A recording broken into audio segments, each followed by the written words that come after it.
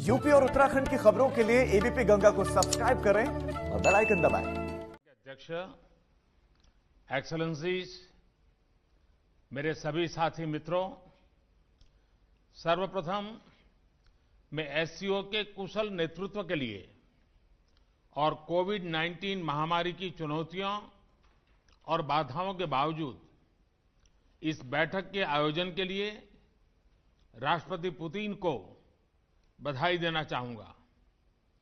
मुझे खुशी है कि हम इन कठिन परिस्थितियों के बावजूद एससीओ के तहत कोऑपरेशन और इंटीग्रेशन के एक व्यापक और प्रगतिशील एजेंडा को आगे बढ़ा सके। एक्सेलेंसीज, एससीओ में भारत के लिए यह एक महत्वपूर्ण वर्ष है। हम पहली बार एक समिट स्तर की बैठक SCO council of heads of government का आयोजन करने जा रहे हैं। इस बैठक के लिए एक व्यापक एजेंडा तैयार किया गया है, जिसमें आर्थिक सहयोग के मुद्दों पर विशेष ध्यान दिया गया है। हमने स्टार्टअप इकोसिस्टम में अपने समृद्ध अनुभव को साझा करने के लिए इनोवेशन एंड स्टार्टअप पर स्पेशल वर्किंग ग्रुप की स्थापना का प्रस्ताव रखा है। हमने ट्रेडिशनल मेडिसिन पर वर्किंग ग्रुप का भी प्रस्ताव रखा है, ताकि एससीओ देशों में पारंपरिक और प्राचीन चिकित्सा के ज्ञान और समकालीन चिकित्सा में हो रही प्रगति एक दूसरे के पूरक बन सके। एक्सेलेंसीज, भारत का दृढ़ विश्वास है कि इकोनॉमिक मल्टीलेटरिज्म और नेशनल कैपेसिटी बिल्डिंग के कॉम्बिनेशन से एससीओ देश महामारी से हुए आर्थिक नुकसान के संकट से उभर सकते हैं। हम महामारी के बाद के विश्व में आत्मनिर्भर भारत की दृष्टि के साथ आगे बढ़ रहे हैं। मुझे विश्वास है कि आत्मनिर्भर भारत वैश्विक अर्थव्यवस्था के लिए एक फोर्स मल्टीप्लायर साबित होगा और एससीओ क्षेत्र की आर्थिक प्रगति को गति प्रदान करेगा। एक्सेलेंसीज, एससीओ क्षेत्र से भारत का घनिष्ठ सांस्कृतिक और ऐतिहासिक संबंध रहा है। हमारे पूर्वजों ने इस साझा ऐतिहासिक और सांस्कृतिक विरासत को अपने अथक और निरंतर संपर्कों से जीवंत रखा। International north south transport corridor, Chabahar port, असगाबाद समझौते जैसे कदम कनेक्टिविटी प्रति भारत के मजबूत संकल्प को दर्शाते हैं।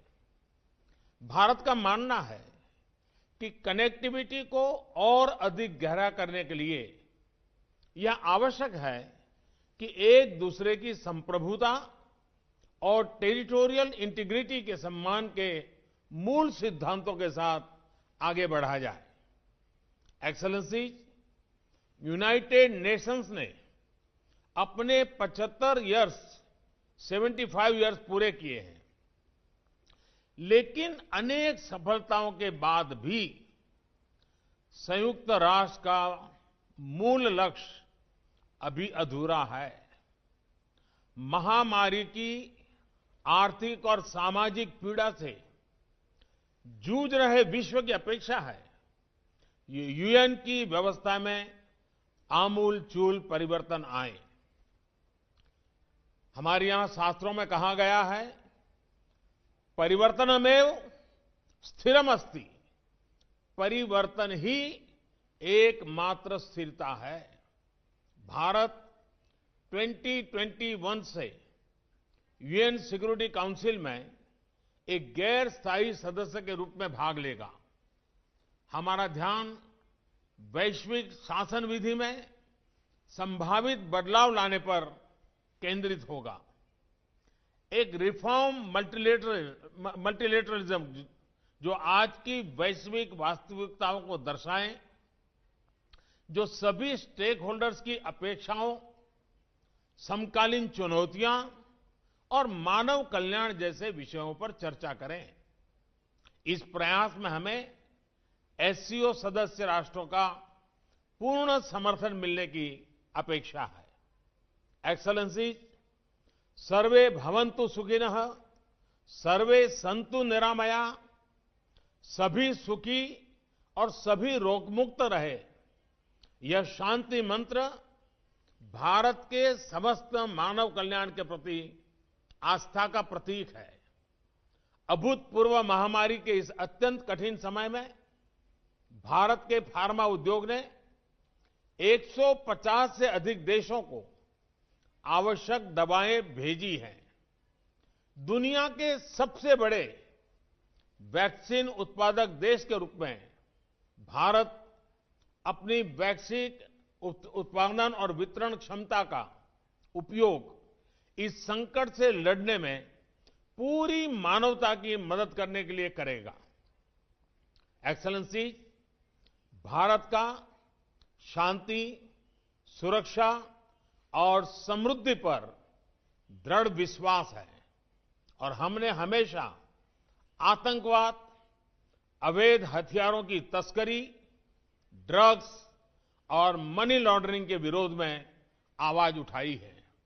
भारत एससीओ चार्टर में निर्धारित सिद्धांतों के अनुसार एससीओ के तहत काम करने की अपनी प्रतिबद्धता में दृढ़ रहा है, परंतु यह दुर्भाग्यपूर्ण है कि एससीओ एजेंडा में बार बार अनावश्यक रूप से द्विपक्षीय मुद्दों को लाने के प्रयास हो रहे हैं, जो एससीओ चार्टर और शंघाई स्पिरिट का उल्लंघन करते हैं।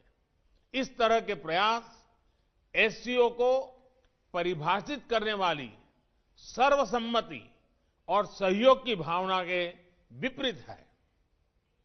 एक्सेलेंसी, मैं वर्ष 2021 में एससीओ की 20वीं वर्षगांठ पर एससीओ संस्कृति वर्ष मनाने के लिए पूर्ण समर्थन देता हूं। भारत का राष्ट्रीय संग्रहालय इस वर्ष हमारी साझा बौद्ध विरासत पर पहली एससीओ प्रदर्शनी आयोजित करने की प्रक्रिया में है।